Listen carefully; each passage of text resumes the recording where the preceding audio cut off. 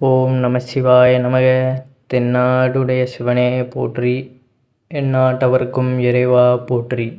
காகத்திற்கு உணவு வைப்பவர்கள் இந்த பதிவு முழுவதுமாக பாருங்கள். காகத்திற்கு நம்ம எப்படி உணவு வைக்கணும், உணவு வைக்கும் பொழுது பார்த்திங்கன்னா ஒரு சில கட்டத்தில் நமக்கு ஏற்படக்கூடிய ஆபத்துகளை கூட காகம் நமக்கு சில அறிகுறிகள் மூலமாக உணர்த்தும்.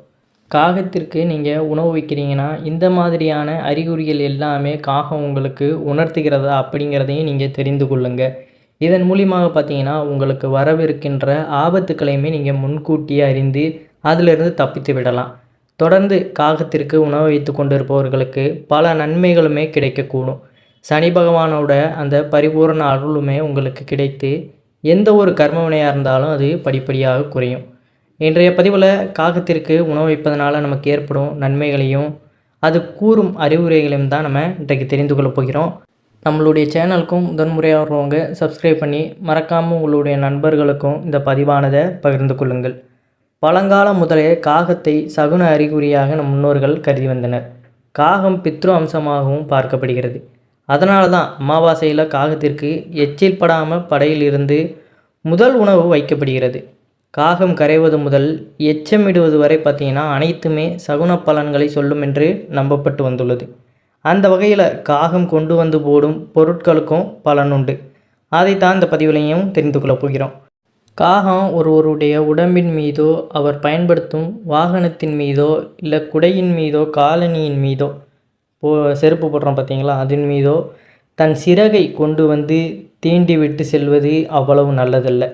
அதாவது பக்கத்தில் நம்ம பயன்படுத்துகின்ற பொருள் மீதோ இல்லை நம்ம மீதோ பார்த்திங்கன்னா சிறகால நம்மளை அடிப்பது அப்படிங்கிறது நமக்கு ஒருவித அபசகுணத்தை நமக்கு கூறுவதாக இருக்கும். அவர்களுக்கு அகால மரணம் கூட ஏற்பட வாய்ப்புகள் உண்டு என்று இந்த சகுன சாஸ்திரம் கூறுகிறது. இத்தகையவர்கள் குலதெய்வ வழிபாடு மேற்கொள்வது ரொம்ப ஒரு முக்கியமானது. காகம் இந்த மாதிரி உங்களை எச்சரிக்கைப்படுத்துதுன்னா ஏதோ ஒரு வகையில் உங்களுக்கு ஒரு பெரிய ஆபத்து வரப்போகிறது அப்படிங்கிறதான். இது சாதாரணமாக பார்த்திங்கன்னா காகம் பார்க்குறவர எல்லாத்தையுமே இப்படி தலையில் தட்டுவது இந்த மாதிரியான சகுனங்களை செய்யாது. ஏதோ ஒரு நம்ம செய்கின்ற அந்த புண்ணிய கர்மவினை காரணமாக பார்த்திங்கன்னா நமக்கு வரவிருக்கின்ற அந்த ஆபத்தை காகம் நமக்கு முன்கூட்டியே உணர்த்தும். அதனால் நம்ம செய்கின்ற செயல்கள் ஏதாவது இப்போ ஒன்று செஞ்சுக்கிட்டு இருக்கோம்னா அதில் எச்சரிக்கையாகவும் இருக்கணும். குலதெய்வ கோயிலுக்கு சென்று ஒரு வழிபாடை செய்துவிட்டு வரணும். நீங்கள் வெளியில் எங்கேயாவது செல்கிறீங்க என்றாலும் உங்களுக்கு நேரெதிர நீங்கள் செல்லும் திசையை நோக்கி காகம் கரைந்து கொண்டே வந்தால் அந்த பயணத்தையும் தவிர்ப்பது நல்லது. காகம் சனி பகவானுடைய வாகனமாக இருக்கின்றது. நீங்கள் செய்யும் புண்ணிய கர்மத்திற்கு ஏற்ப காகத்தின் மூலம் சில அறிகுறிகளை இறைவன் உங்களுக்கு உணர்த்துவார். நம்ம எங்கேயாவது கிளம்புறோம், நம்ம அருகிலேயே காகம் வந்துக்கிட்டு கத்திக்கிட்டே இருக்குதுன்னா அந்த இடத்துல பார்த்திங்கன்னா நம்மளை போக வேண்டாம், அந்த இடத்திற்கு நம்ம இப்போ செல்வது நமக்கு ஆபத்தை ஏற்படுத்தும் அப்படிங்கிறது தான் காகம் உணர்த்துவது. நம்ம ஏதோ சும்மா காகத்தை நம்ம விரட்டி விட்டு போகிறதுனால பார்த்திங்கன்னா நமக்கு அது கஷ்டத்தை தான் ஏற்படுத்தும். அதனால் சில நேரங்களில் வாயில்லா ஜீவன்கள் கொடுக்கும் அந்த சகுன முறைகளையும் நம்ம பின்பற்றி தான் ஆகணும். ஏன்னா நம்ம செய்கின்ற அந்த புண்ணிய கர்மத்தின் காரணமாக இறைவனே நம்மளுடைய ஆபத்தை தடுப்பதற்கு இவ்வாறான வாயில்லா ஜீவன்கள் மூலம் நமக்கு உணர்த்துவார். அதை நம்ம தெரிந்து கொண்டு நன்கு உணர்ந்து செயல்படணும். நம்ம ஏதோன்னு நம்ம அசால்ட்டாக விட்டுட்டோம்னா அது நமக்கு பெரிய பிரச்சனையை ஏற்படுத்தும். அதே போல் நம்ம இப்போ வீட்டிலேருந்து கிளம்புறோம்னா வீட்டோட முற்றத்துலையுமே தலையிடித்து விட்டாலும் சிறிது நேரம் அமர்ந்து விட்டு தண்ணீர் குடித்து விட்டு செல்ல சொல்வார்கள். இதெல்லாம் பயமுறுத்த கூறுவதல்ல, ஏதோ ஒரு அறிகுறியின் மூலம் வர இருக்கும் ஆபத்திலிருந்து தப்பித்து கொள்ளப்பட்டுள்ள ஒரு சில ரகசியங்கள் தான். அதுக்காக வேணுக்குனே இடிச்சிட்டு நம்ம உட்காரக்கூடாது. நம்ம நல்லபடியாக தான் கிளம்புறோம், கவனமாக தான் இருக்கிறோம். ஏதோ ஒரு வகையில் நமக்கு காயங்கள் ஏற்படுதுன்னா சற்று அந்த நேரத்தில் நம்ம வீட்டிற்குள்ளே வந்து அமர்ந்து குலதெய்வத்தை மனதார நினைத்து கொண்டு சற்று நேரம் அங்கேயே இருந்துட்டு பார்த்திங்கன்னா தண்ணீர் குடிச்சிட்டு செல்வதில் எந்த ஒரு தவறுமே கிடையாது. அவசரமே இல்லை. ஏதாவது அசம்பாவிதம் நடக்க போகுதுன்னு தெரிஞ்சாலே உயிர் போச்சுன்னா ஒன்றுமே பண்ண முடியாது.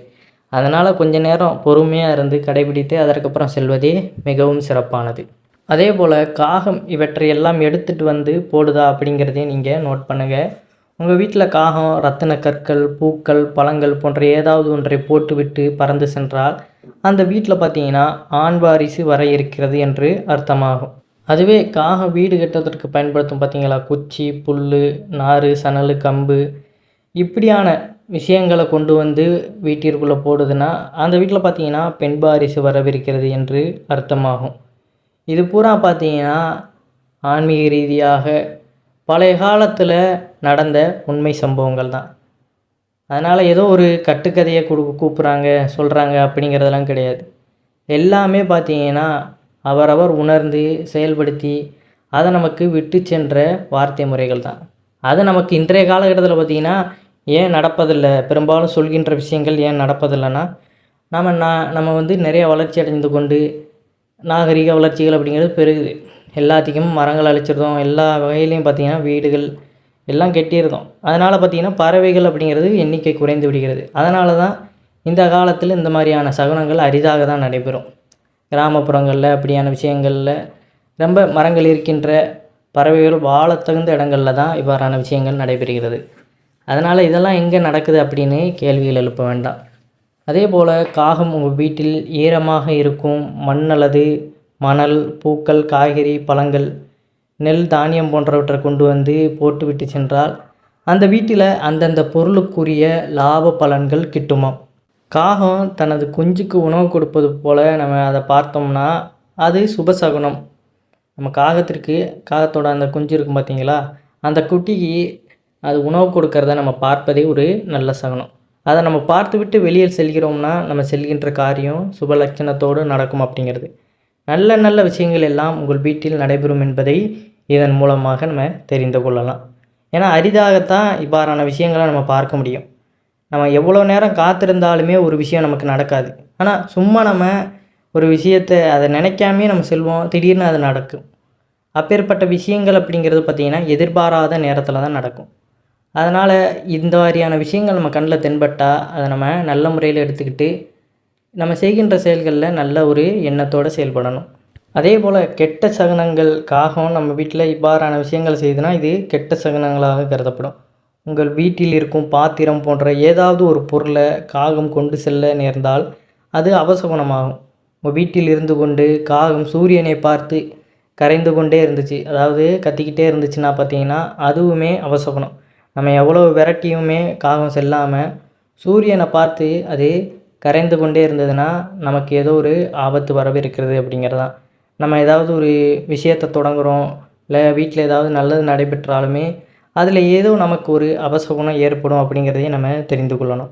இது போன்ற விஷயங்கள் வீட்டில் நடைபெற உடனே பார்த்தீங்கன்னா குலதெய்வ வழிபாடு செய்து கொள்ளுங்கள். உங்கள் வீட்டில் சிவந்த பொருட்கள், மலர்கள் என்ற எந்த வகையிலும் சிவப்பு நிறத்தில் ஏதாவது ஒன்று கொண்டு வந்து போட்டுச்சு, சிவப்பு நிற பொருட்களை ஏதாவது ஒன்று காகம் வந்து நம்ம வீட்டில் கொண்டு வந்து போட்டுச்சுன்னா நமக்கு நெருப்பால் ஏதோ ஒரு ஆபத்து வர இருக்கிறது என்பதையும் அது உணர்த்துகிறது தான். அதனால் அந்த விஷயத்தில் நெருப்பு கையாளும் போது அதுலேயுமே நம்ம கொஞ்சம் ஜாக்கிரதையாக இருக்கணும். அடுத்ததாக பார்த்திங்கன்னா நம்ம எங்கேயாவது வெளியில் சென்று கொண்டு இருக்கிறோம், அப்போ திடீர்னு காகமானது பார்த்திங்கன்னா குறுக்கே பறந்து செல்லும். அதுவுமே நம்ம செல்கின்ற அந்த காரியம் நல்லபடியாக நடக்குமா, இல்லை அதில் எதுவும் பிரச்சனை ஏற்படுமா அப்படிங்கிறத உணர்த்தும். அதாவது வலது புறத்திலிருந்து இடதுபுறம் பறந்து சென்றால் நமக்கு அது நன்மை அளிக்கும். அதாவது ரைட் சைட்லேருந்து லெஃப்ட் சைட்ஸ் போகும்போது, அதே லெஃப்ட் சைட்லேருந்து ரைட் சைடில் போகுதுன்னா பார்த்திங்கன்னா நம்ம செல்லும் அந்த விஷயத்தில் ஏதோ ஒரு காரிய நஷ்டம் நமக்கு ஏற்படும் என்று இந்த சகுனம் குறிக்கும். அதே போல் காகம் கரையும் திசைகள்லேயும் அதற்குரிய பலன்களை நம்ம பார்க்கலாம். நம்ம வீட்டில் இருந்தாலும் சரி, வெளியில் செல்லும் பொழுதும் சரி, ஒரு இடத்துல உட்காந்துருந்தாலும் சரி, எந்த திசையிலிருந்து காகம் கரையுதோ அதை நம்ம கேட்குறோமோ அதன் மூலியமாக கூட நமக்கு பலன்கள் உண்டு. கிழக்கு திசை அரசு வழி ஆதரவு நமக்கு பெருகும், பொன்னாபரண சேர்க்கை நமக்கு உண்டாகும், நட்பு வட்டம் விரியும், நல்ல உணவு நமக்கு கிடைக்கும். தென்கிழக்கு திசையிலிருந்து காகம் கரைந்ததுன்னா தங்கத்தால் லாபம் நமக்கு பெருகும். வடக்கு திசையிலேருந்து அந்த சத்தமானது கிடைச்சுன்னா வாகனத்தால் லாபமும் வாகன சேர்க்கை நமக்கு உண்டாகும். வஸ்திரத்தால் லாபமும் புதிய வஸ்திர சேர்க்கையும் உண்டாகும். தென்மேற்கு திசையிலிருந்து நமக்கு காகம் கரையும் சவுண்டு வந்துச்சுன்னா தயிரால் லாபம், எண்ணெய் பொருட்களால் லாபம், உணவுப் பொருட்களால் லாபம் அல்லது உணவு சம்பந்தப்பட்ட பொருட்கள் மூலம் நமக்கு அதிர்ஷ்டம் பெருகும். மேற்கு திசையிலிருந்து காகம் கரைகிற சவுண்டு கேட்டுச்சுன்னா நெல் தானியத்தால் நமக்கு லாபம் உண்டாகும், முத்து பவளம் போன்றவற்றையாலும் நமக்கு லாபம் கிடைக்கும். கடலில் இருந்து கிடைக்கும் பொருட்களால் நமக்கு மேற்கு திசையிலிருந்து காகம் கரையும் பொழுது லாபம் கிடைக்கும். இது அனைத்துமே பார்த்தீங்கன்னா காகத்தால் நமக்கு ஏற்படக்கூடிய நல்ல கெட்ட சகுனங்கள். இதை முறைப்படி தெரிஞ்சுக்கிட்டு காகம் நமக்கு உணர்த்தும் பொழுது கொஞ்சம் கவனத்தோடு இருங்க. அடுத்ததாக பார்த்தீங்கன்னா காகத்திற்கு நம்ம எவ்வாறு உணவு வைக்கணும், அதன் மூலியமாக கிடைக்கின்ற பலன்கள் என்னென்ன அப்படிங்கிறதையும் தெரிந்து கொள்ளலாம். காகத்திற்கு மட்டுமல்ல, பொதுவாக எந்த ஒரு பறவைக்குமே எதிர்காலத்தில் வரக்கூடிய பிரச்சனைகளை முன்கூட்டியே அறிந்து கொள்ளும் தன்மை இருக்கின்றது.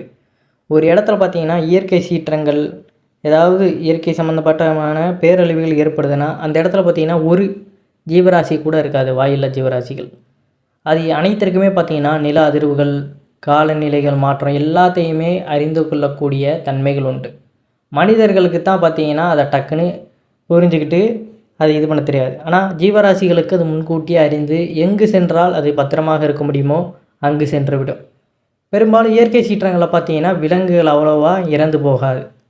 மனிதர்கள் தான் பார்த்திங்கன்னா நாம் தான் அதை டக்குன்னு கணிக்க முடியாமல் இறந்து போய் விடுவார்கள். மனிதர்களுக்கு எதிர்காலத்தில் வரும் ஆபத்துகள் இவைகளை பறவைகள் தங்களுடைய பாஷையிலேயே சத்தம் போட்டு வெளிப்படுத்தும். அந்த வரிசையில் காகத்திற்கு முதலிடம் கொடுக்கப்பட்டுள்ளது. குறிப்பாக நம்மளுடைய முன்னோர்கள் வழிபாட்டிற்கும் காகத்திற்கும் நெருங்கிய தொடர்பு உண்டு. இது நாம் எல்லோரும் அறிந்தது தான். காகம் நம்மளுடைய முன்னோர்கள் வழியாக நம்ம வைக்கின்ற அந்த சாப்பாட்டை சாப்பிடும் அப்படிங்கிறது. இப்படிப்பட்ட காகம் சனீஸ்வரனின் வாகனமாகவும் யமலோகத்தின் வாயிலில் இரு பக்கங்களையும் காகம் இருப்பதாக சாஸ்திரம் சொல்கின்றது. இவ்வளவு சிறப்புடைய பறவையாக காகம் திகழ்வதனால தான் அதை நம்மளுடைய முன்னோர்கள் வழிபாட்டிற்கும் சரி, இறைவன்களோடு நெருங்கிய தொடர்பு உண்டு அப்படிங்கிறதும் ஐதீகம். அதனால் காகத்திற்கு நம்ம முக்கியத்துவம் கொடுத்து அதற்கு உணவளிக்கும் பொழுது நமக்கு வரவிருக்கின்ற அந்த ஆபத்துகளையுமே நமக்கு முன்கூட்டி உணர்த்திவிடும் அப்படிங்கிறதான். நம்ம சில டைம் காகத்திற்கு உணவு வைக்கலைனாலும் நம்ம அதற்கு வைக்காமல் நல்ல நன்மைகளை செய்து கொண்டு வாழ்க்கையில் வந்து கொண்டு இருப்போம். அதாவது மனிதர்களுக்கு உணவளித்து கொண்டு வேறு உயிர்களுக்கு உணவளித்து கொண்டு இருப்போம். இதன் காரணமாக கூட காகத்திற்கு நீங்கள் உணவே வைக்கலைன்னா கூட பார்த்தீங்கன்னா உங்களுக்கு ஏதோ ஒரு வகையில் காகம் உங்களுக்கு நடக்கவிருக்கின்ற அந்த ஆபத்தான விஷயங்களை உணர்த்த தான் செய்யும். இப்போ உள்ள காலகட்டத்தில் இவ்வாறான சகுனங்கள் நடைபெறாமல் இருப்பதற்கு காரணம் எல்லா பழக்க வழக்கங்களும் தீமையில் போகிறதுக்காக தான். ஏன்னா இப்போ எல்லாருமே பார்த்தீங்கன்னா எந்த ஒரு மனிதனுமே ஒரு தூய எண்ணத்தோடு இருப்பது கிடையாது. எங்கே பார்த்தாலும் ஆசைகள், பொறாமைகள், வேற்றுமை எல்லாமே நிறைந்திருப்பதனால எந்த ஒரு உயிரினமோ மனிதனிடம் நெருங்கி பழகும் பொழுது பார்த்திங்கன்னா சில பேரிடம் மட்டும் அந்த நெருங்கிய அன்பான குணத்தோடு பழகும். எல்லா பேரிடமும் அந்த சகுனங்களை வெளிப்படுத்துவது கிடையாது. காரணம் மாறி வரும் அந்த சூழ்நிலைக்காகத்தான். அதனால் இப்போ இருக்கின்ற இந்த காலத்தில் பார்த்திங்கன்னா முடிஞ்சளவு நம்ம நல்ல முறையில் நேர்மையாக வாழ்ந்து கொண்டு வாயில்லா ஜீவன்களுக்கு முழு மனதோடு நம்ம உணவளிக்கும் போல தான் அந்த நன்மைகளானது நமக்கு சேரும் அப்படிங்கிறது. எந்த ஒரு ஜீவராசிக்குமே காகமாக இருந்தாலும் சரி, எந்த ஒரு ஜீவராசிகளாக இருந்தாலுமே நம்ம சாப்பாடு வைக்கும்போது அதுக்கு கணக்கு பார்க்கக்கூடாது.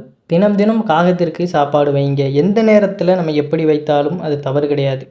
ஆனால் காலையில் நீங்கள் சாப்பிடுவதற்கு முன்பாக காகத்திற்கு சாப்பாடு வைப்பது ரொம்ப ரொம்ப ஒரு நல்லது. சாதத்தில் எச்சிப்படுவதற்கு முன்பாகவே நம்ம வீட்டில் சமைத்த அந்த உணவை காகத்திற்கு வைப்பது நம்மளுடைய முன்னோர்கள் சாப்பிட்டதற்கு சமமாக இருக்கும். அவர்களுக்கு நம்ம மரியாதை கொடுத்து இதை செய்வதனால பல வழிகளில் நமக்கு அவர்கள் நன்மை விளைவிப்பார்கள் அப்படிங்கிறது தான். தினமும் வைக்க முடியாதவர்களாக இருந்தாலுமே மாதந்தோறும் வரக்கூடிய அமாவாசை திதி, பௌர்ணமி திதி, அஷ்டமி திதி, நீங்கள் பிறந்த கிழமைகள் அப்படின்னு இருக்கும்ல, அந்த தேதிகள்லையாவது நீங்கள் காகத்திற்கு சாப்பாடு வைப்பது உங்களுக்கு நல்ல பலன்களை தேடி கொடுக்கும். காகமானது பார்த்திங்கன்னா தானாக போய் கூட்டமாக சென்று பார்த்திங்கன்னா எச்சில் உணவுகள், அதாவது இலைகளில் எடுத்து போட்டது, அதெல்லாம் பார்த்திங்கன்னா கும்பலாக ஒரு இடத்துல நம்ம சேமிச்சிருப்போம். அதை போய் அது தானாக எடுத்து அந்த அசைவ உணவுகளாக இருந்தாலும் எந்த ஒரு எச்சி உணவுகளாக இருந்தாலும் அதுவே தானாக போய் சாப்பிடுதுன்னா அது வேறு. நாம் வைக்கும் பொழுதே பார்த்திங்கன்னா காகத்திற்கு இவ்வாறான கெட்டுப்போன உணவுகளையோ இல்லை அசைவம் சார்ந்த உணவுகளையோ எதையுமே நம்ம வைக்கக்கூடாது. இப்படி எல்லாவற்றையுமே காகம் தானாக தேடி போய் சாப்பிடுவது தான். அதில் எந்த ஒரு மாற்று கருத்தும் கிடையாது. ஆனால் நாம் சாப்பிட்ட முடிந்த பிறகு நம்ம வீட்டில் அந்த தட்டில் மீதம் இருக்க எச்சில் கொண்டு போய் காகத்திற்கு வைக்கக்கூடாது. அது நம்ம காகத்திற்கு செய்கின்ற ஒரு பாவம், நம்மளுடைய முன்னோர்களை அவமதிப்பதற்கான ஒரு செயல் அப்படின்னு கருதப்படுகிறது. நம்ம சாப்பிட்ட மீத உணவுகளை பார்த்திங்கன்னா நாய்களுக்கு வைக்கலாம் என்று சொல்லப்படுகிறது சாஸ்திரத்தில். சாப்பிட்ட மீதம் உள்ள உணவுகள் நல்லா நோட் பண்ணணும். நம்ம ஏளனமாக அதை சாப்பாட்டை அவமதித்து அந்த சாப்பாட்டை கொண்டு போய் எந்த ஒரு உயிருக்கும் வைக்கக்கூடாது. அது சாப்பாட்டிற்கும் நம்ம செய்கின்றது ஒரு துரோகம் மாதிரி. அதனால் நமக்கு சாப்பாட்டில் கடைசி காலத்தில் நம்ம கஷ்டப்பட வேண்டிய கூட சூழ்நிலை ஏற்படும். நாய்களை பயிரோர்களாக நம்ம பார்த்தாலும் சாப்பிட்ட மீதம் உள்ள உணவுகளை நாய்க்கு வைக்கலாம். அதை நம்ம சாப்பிட்டு கொண்டு இருந்தாலுமே அதை ஒரு ஓரமாக இவ்வளோ சாப்பிட முடியாதுன்னு தெரிஞ்சிச்சுன்னா அதை முதல்ல எடுத்து வச்சுட்டு அதுக்கப்புறம் நம்ம அந்த உணவை பார்த்திங்கன்னா நாய்களுக்கு நம்ம வைக்கலாம். நம்முடைய முன்னோர்களும் பின்பற்றி வந்தார்கள் என்பது ஒரு குறிப்பிடத்தக்க விஷயந்தான். இது ஒன்று. காகத்திற்கு பார்த்திங்கன்னா நம்ம சமைத்த உணவை தான் வைக்க வேண்டும் அப்படிங்கிறது கிடையாது. அதாவது மிக்சர், பிஸ்கட்டு அல்லது வேறு ஏதாவது உணவுப் பொருட்கள் இப்படி நம்ம ஸ்நாக்ஸ் மாதிரி இருக்கும் பார்த்திங்களா, அதுவும் நல்லதாக பார்த்து வைக்கணும். இந்த நம்ம குழந்தைகள் சாப்பிடுவது அந்த மாதிரியானது கிடையாது. சாப்பாட்டில் அந்த ஸ்நாக்ஸ்லேயே பார்த்திங்கன்னா ரொம்ப ஒரு ஆரோக்கியமானதாக இருக்கும் பார்த்திங்களா, அதை நம்ம வைப்பது மிகவும் நல்லது. தினம் தினம் காலையில் எழுந்தவுடனே அந்த பொருளை காகத்திற்கு போடும் வழக்கத்தை நம்ம வைத்து கொள்ள வேண்டும். நம்ம வீட்டு ஜன்னல் பக்கத்தில் எங்கிட்டாவது கேப் இருக்கும் பார்த்திங்களா, அதில் வைக்கலாம். இல்லை மாடியில் கொண்டு போய் கூட வைக்கலாம். காகத்தை தவிர மற்ற உயிரினங்களும் அந்த சாப்பாட்டை சாப்பிடும்போது நம் குடும்பத்திற்கு கோடான கோடி நன்மையும் புண்ணியமும் வந்து சேரும் என்பது குறிப்பிடத்தக்க ஒரு விஷயம். அதுவும் பறவைகள் அதிகாலையில் 6 மணிக்கு முன்பு எழுந்து இறை தேடும் அந்த சமயத்தில் அதன் பசியார உங்களால் கைகளில் இறை போட்டால் கோடி புண்ணியங்க அப்படிங்கிறது தான். அதே போல் காகத்திற்கு தாளிக்காத தயிர் சாதம் வரும், ரொம்ப ரொம்ப ஒரு சிறப்பு வாய்ந்த ஒன்று. அதையுமே வைக்கலாம். அந்த தயிர் சாதத்தில் கொஞ்சம் எள் சேர்த்து அமாவாசை தினத்தில் வைத்தால் நம்முடைய பித்ருக்களின் ஆசீர்வாதம் நமக்கு கிடைக்கும் என்பது குறிப்பிடத்தக்க ஒரு விஷயம். சாஸ்திரங்கள் நமக்கு சொல்லக்கூடிய விஷயங்கள் எல்லாமே நன்மைக்காகத்தான். குதர்த்தமாக பேசுபவர்களுக்கு ஆன்மீகமும் இல்லை, சாஸ்திரமும் இல்லை.